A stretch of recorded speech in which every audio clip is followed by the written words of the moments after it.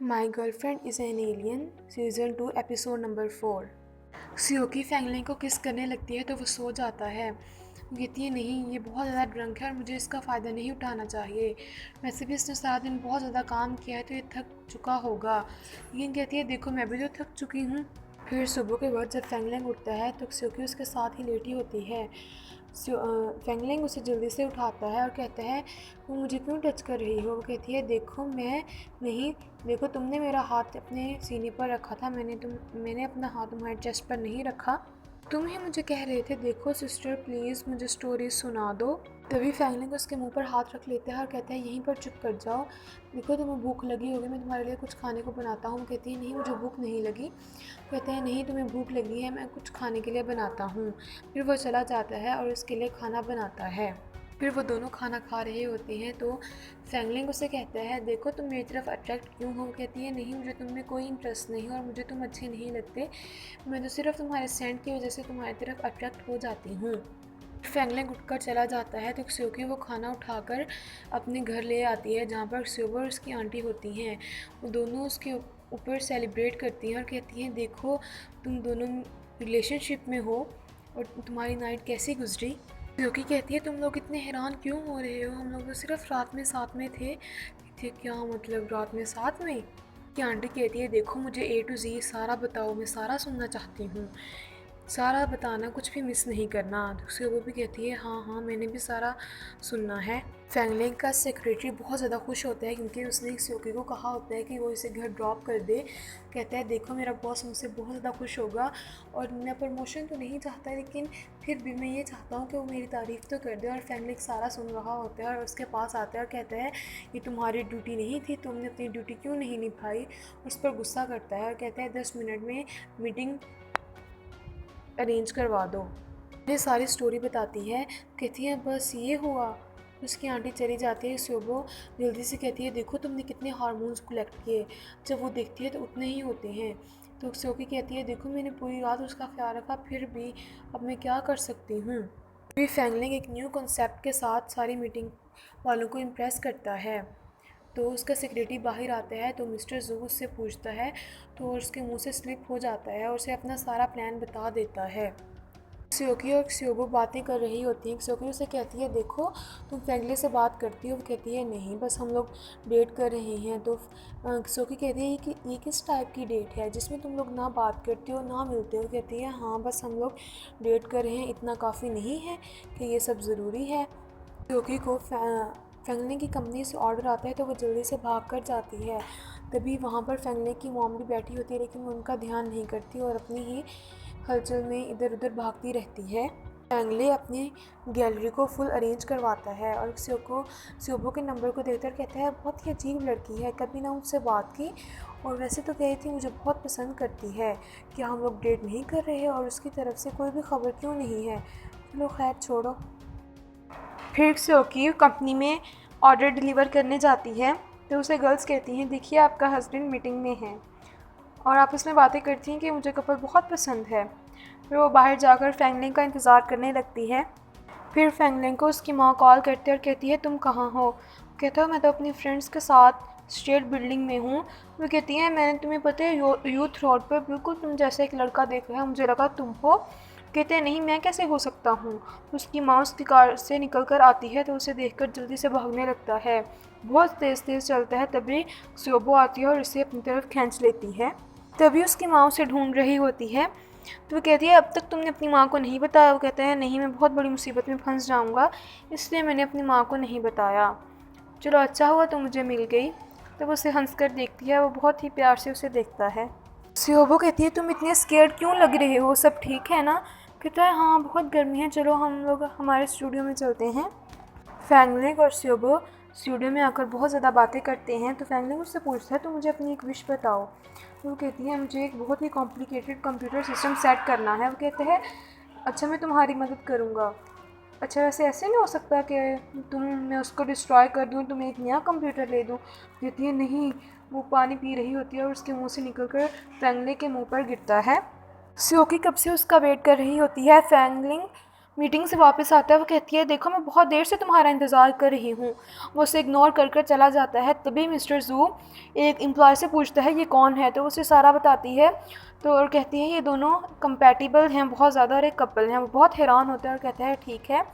तभी मिस्टर जू सोकी के पास आता है और कहता है और तुम मिस्टर फैंगलिंग से मिलना चाहती हो? वो कहती है हाँ, लेकिन वो मुझसे नहीं मिल रहा। तभी फैंगलिंग अपनी सेक्रेटरी से कहता है हमारे न्यू कॉन्सेप्ट के बारे में बोर्ड को किस तरह पता लगा, जल्दी से पता करो कि किसने बताया है, किसने हमारा प्लान लीक किया है। तभी वो बाहर देखता है तो सोकी और मिस्टर जू बातें कर रहे होते हैं। वो उससे कहता है कि तुम्हारा फैंगलिंग के साथ क्या रिलेशन है? वो कहती है मेरा और फैंगलिंग का। सोकी कहती है देखो अगर तुम्हें मेरे और फैंगलिंग के रिश्ते के बारे में पता करना है तो पहले हमारे स्टोर का क्यूरेट बढ़ाओ और उसे सब्सक्राइब करो, और ये इसके लिए 1000 RMB लगेंगे। उसके बाद मैं तुम्हें अपने और उसके रिलेशन के बारे में भी बता दूंगी। तुम्हें 20% डिस्काउंट भी मिलेगा और तुम फूड इंजॉय कर सकते हो। वो कहते हैं अच्छा 20% डिस्काउंट, दैट्स सो चीप। तभी फैंगलिंग अपने सेक्रेटरी से कहता है सोकी को अंदर आने के लिए कहो, और मिस्टर जू उनके चैनल को सब्सक्राइब कर देता है। कहते हैं अब तुम जल्दी से मुझे अपने रिलेशन के बारे में बताओ। तो वो कहती है देखो अब तक तुम सिर्फ रेगुलर VIP हो, तुम्हें हमारे स्टोर का सुपर VIP बनना है, फिर मैं तुम्हें अपनी और इसके रिलेशन के बारे में बताऊंगी। वो जाने लगती है। मिस्टर जू उसके पीछे भागते हैं। उसका सेक्रेटरी आकर कहता है देखिए आपको फैंगलिंग ऑफिस में बुला रहा है। वो कहती है क्या मतलब, वो मुझे ऑफिस में बुला रहा है? बहुत खुश होती है और जल्दी से भाग कर जाती है। तभी सोकी केक निकालकर फैंगलिंग को खिलाने लगती है। उनके ऊपर गिरने ही लगती है तो उसका हाथ पकड़ लेता है। कहती है तुम मुझे इस तरह क्यों देख रही हो? वो कहता है तुम्हारा मुझ तक पहुंचने का मकसद क्या है? सोकी कहती है क्या मतलब, इसे पता तो नहीं लग गया? तभी उसका केक गिरकर उसकी पैंट पर गिर जाता है। कहती है देखिए आपके पास पैंट है, आप चेंज कर ले, मैं आपकी तरफ नहीं देखूंगी। वो उधर जाने लगती है। तभी वो उसे पकड़कर दीवार के साथ लगा लेता है। कहता है देखो मैं तुम्हारा मामला पुलिस को बता दूंगा। कहती है नहीं प्लीज़, मैं तो सिर्फ अपना काम कर रही हूँ। वो कहता है बिलाशुबा तुम ही हो और उन्होंने तुम्हें मुझे तबाह करने के लिए भेजा है। फैंगलिंग उसे गलत समझता है और कहता है देखो तुम मुझे तबाह करना चाहती हो, जाओ और अपने बॉस को बता दो कि मुझे उससे कोई डर नहीं लगता, और मैं अगर ये पोजीशन चेंज भी हो जाती है तो मुझे उससे कोई फ़र्क नहीं पड़ता। Get out. आने ही लगती है। तभी कहता है वापस आओ, और उसे उसका बैग पकड़ा देता है। सेक्रेटरी अंदर आकर कहता है देखिए मैंने आपसे कहा था ना कि वो नहीं है। कहते हैं नहीं। फैंगलिंग कहते हैं ये वही है। कहते हैं मैंने इसका टेस्ट लिया और इसने एडमिट कर दिया। कहते हैं नहीं, इम्पॉसिबल। बहुत गुस्सा करता है और कहता है गार्ड से कह दो मैं दोबारा उसका चेहरा नहीं देखना चाहता, क्योंकि बहुत गुस्से में बैठी लिख रही होती है। तभी सोबो आती है और कहती है क्या हुआ? कहती है कलेक्टिंग हार्मोन उसे किस तरह हार्म कर सकता है, उसे इससे कोई फ़र्क नहीं पड़ेगा, लेकिन फिर भी उसने मुझे बहुत बातें सुनाई, और जबकि मैं तो उसे नुकसान नहीं पहुंचा रही। मुझे बहुत गुस्सा आ रहा है, मैं पागल हो रही हूँ। स्यूबो कहती है देखो हमारे कैप्टन के रूल के मुताबिक अगर हमें कोई ज़्यादा तंग करेगा तो हम उसे तबाह भी कर सकते हैं, हम उसका मर्डर कर देंगे, और वैसे भी ये दुनिया के लोग हमारे सामने क्या चीज़ें हैं। कहती है हाँ, लेकिन वो कहती है इससे हम लोगों का इमेज बुरा हो जाएगा, और मुझे तो ये भी नहीं पता ये किस तरह करते हैं। लेकिन सोबो कहती है देखो अगर फैंगलिंग हमारे करीब नहीं होगा तो हमारा काम किस तरह होगा, इसलिए हम इसके बारे में सोच भी नहीं सकते। फैंगलिंग घर आता है और बहुत सॉरी फील कर रहा होता है। उनके अपार्टमेंट की तरफ देखता है और फिर अंदर चला जाता है। तभी दरवाजे पर बेल होती है और आकर कहता है सॉरी, देखो मैं तुम्हें बहुत अच्छा इंसान समझता था, मैं बहुत ज़्यादा डिसअपॉइंट हो गया हूँ तुमसे, इसलिए तुम्हें बहुत ज़्यादा डांटा, सॉरी। जबकि वो एक फूड डिलीवरी बॉय होता है। योकी ने पिज़्ज़ा मंगवाया होता है और वो फैंगलिंग का एड्रेस देती है। फिर जल्दी से आती है और कहती है लेट्स ईट इट टुगेदर, लेकिन फैंगलिंग अपार्टमेंट बंद कर देता है और अंदर चला जाता है। तभी मिस चायू उसे समझाती है देखो कल तक तो तुम लोग बहुत अच्छे थे, लेकिन आज वो तुम्हें इग्नोर कर रहा है, मतलब he is playing hard to get with you. Secretary फैंगलिंग के पास आता है और कहते हैं क्या पता मिस चाय ने ना किया हो, आप इस तरह क्यों कह रहे हैं, वो बहुत मासूम है। लेकिन फैंगलिंग कहते हैं नहीं उसी ने किया है, सारे सबूतों के साथ वही मुजरिम साबित होती है। तो उसका सेक्रेटरी कहता है अगर उसकी इंटेंशंस ना हुई, अगर उसने ऐसा जानबूझकर ना किया हुआ, तो कहता है जो भी हो बेवकूफ़ लोगों को माफ़ नहीं किया जा सकता, बेवकूफ़ लोग तो बुरे लोगों से भी ज़्यादा ख़तरनाक होते हैं, और वैसे भी मैं उस इंसान को कभी माफ़ नहीं करूँगा जो कंपनी के ख़िलाफ़ इस तरह करेगा, मैं उसे कभी सेकंड चांस नहीं दूँगा, और बहुत ज़्यादा स्केर्ड होकर चला जाता है। क्योंकि दूसरे दिन उसके लिए केक लेकर जाती है, लेकिन गार्ड्स उसे अंदर जाने नहीं देते। तभी वो उदास होकर वापस आ जाती है और किचन में बैठी पड़ रही होती है। कि आदमी तक पहुंचने का रास्ता उससे स्टमक से होकर जाता है। अगर आप उसे अपनी तरफ अट्रैक्ट करना चाहते हैं तो अच्छी अच्छी रेसिपीज़ ट्राई करें।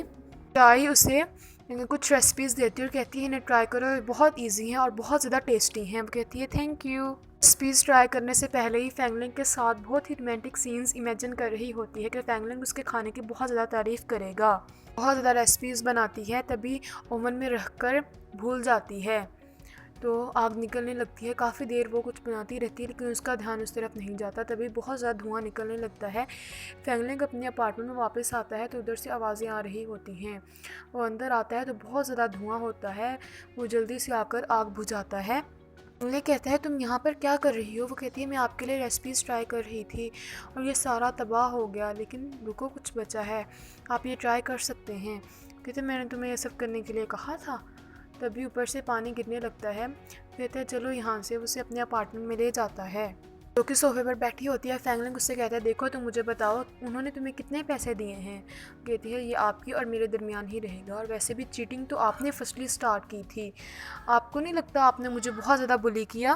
कोई गुस्से में जाने लगती है। उसकी अंगूठी वहीं पर पड़ी होती है। वो कहते हैं तुम्हारी अंगूठी। वो उस अंगूठी को उठाता है तो सारी मेमोरीज उसे याद आने लगती हैं।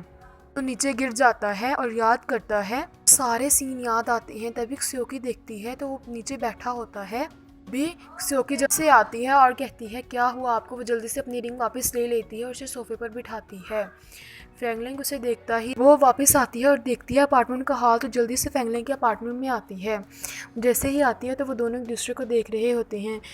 क्सियोकी उसे आंखों से इशारा करती है और वो बहुत खुश होती है और कहती है ओके हैंग इन देयर। जल्दी से चली जाती है। फैंगलिंग कहते हैं अभी मुझे क्या हुआ था? क्सियोकी कहती है आपको कुछ भी नहीं हुआ, आप बिल्कुल ठीक हैं। क्योंकि चली जाती है तभी न्यूज़ आने लगती है कि बारिश होने वाली है। उसका सेक्रेटरी जल्दी से कॉल करता है और कहता है मैं तैयार हूँ, बस मैं अभी आ रहा हूँ। वो कार में बैठा होता है तो उसका सेक्रेटरी पूछता है क्या आप ठीक हैं? कहता है जल्दी ड्राइव करो। कहता है मैं डॉक्टर जैंग को कॉल करूँ। फैंगलिंग की तबीयत बहुत ज़्यादा ख़राब हो रही होती है। उसे याद आता है कि उसने क्सियोकी से कहा था बी माई गर्लफ्रेंड। यहीं पर एपिसोड का ख़त्म हो जाता है।